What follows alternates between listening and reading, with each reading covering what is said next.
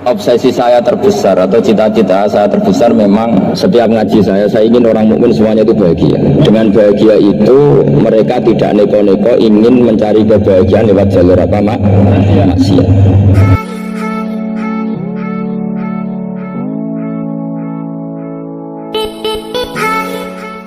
Sehingga dalam konstitusi ulama yang ditulis di kitab-kitab usul fikih, dan itu kitab yang saya kaji, selalu saya kaji, itu membela-bela sesuatu yang mubah itu sampai luar biasa.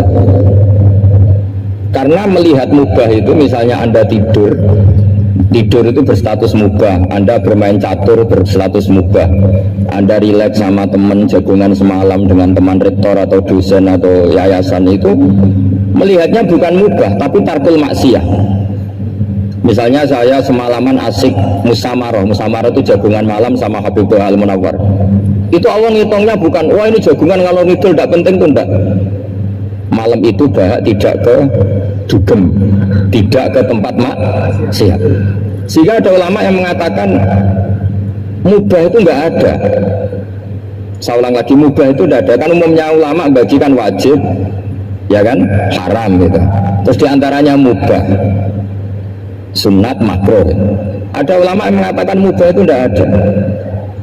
Kenapa? Logikanya begini, isma min mubahin illa wa yatahaqqaqu bihi tarku haramimma. Karena tidak ada mubah yang Anda lakukan kecuali saat itu pasti ditinggalkannya sebuah keharaman. Misalnya Anda sedang jagungan sama istri di luar, di rumah, asik di rumah semalaman, mungkin bahas hal-hal yang ringan, mungkin lihat sinetron atau apa yang ringan. Tapi di situ terjadi Anda meninggalkan ke tempat-tempat maksiat. Sekarang ninggal maksiat itu wajib apa mubah? Wajib. Padahal Anda sedang melakukan mubah. Nah, itu dicatat oleh Allah itu tarkul haram, meninggalkan keharaman. Jika masyhur dalam cerita wali-wali itu, Abu Yazid yang seperti itu ibadahnya pernah tanya, ya Allah, lalu yang makomnya orang seperti saya siapa? Karena beliau semalaman ibadah terus. Sama Allah dijawab, ya yang tidur di pinggir kamu itu. Abu Yazid, kok bisa ya Allah? Dia kan tidur terus. Ya kan dia tidur berarti meninggalkan keharaman. Ngomong sing potongan tukang maksiat itu apik turu apik melek kira-kira gitu. Apik turu. Timbang sama nak melek bola wis turu ae dari. Jadi enggak usah dipaksa tahajud, dipaksa qiyamul lail itu. Iya kalau qiyamul lail.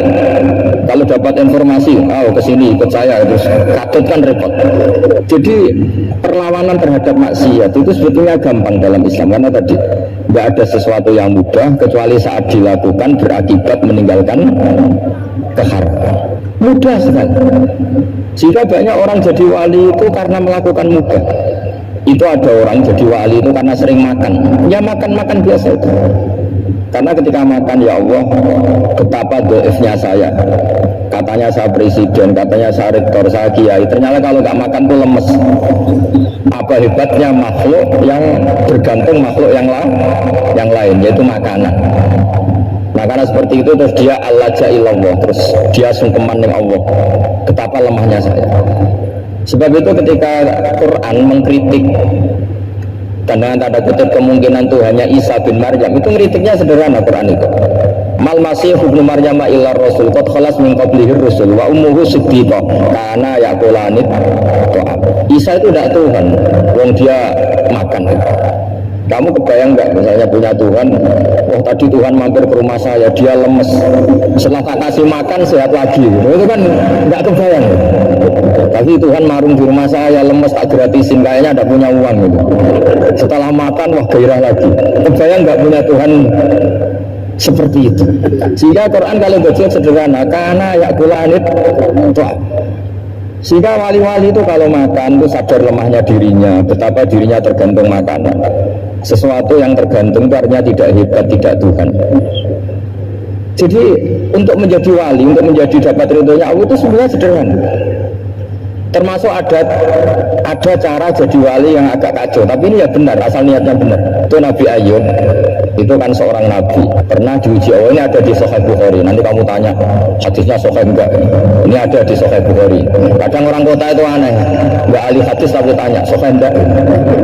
Padahal anda kan dibodohi sahih, yang andel saja.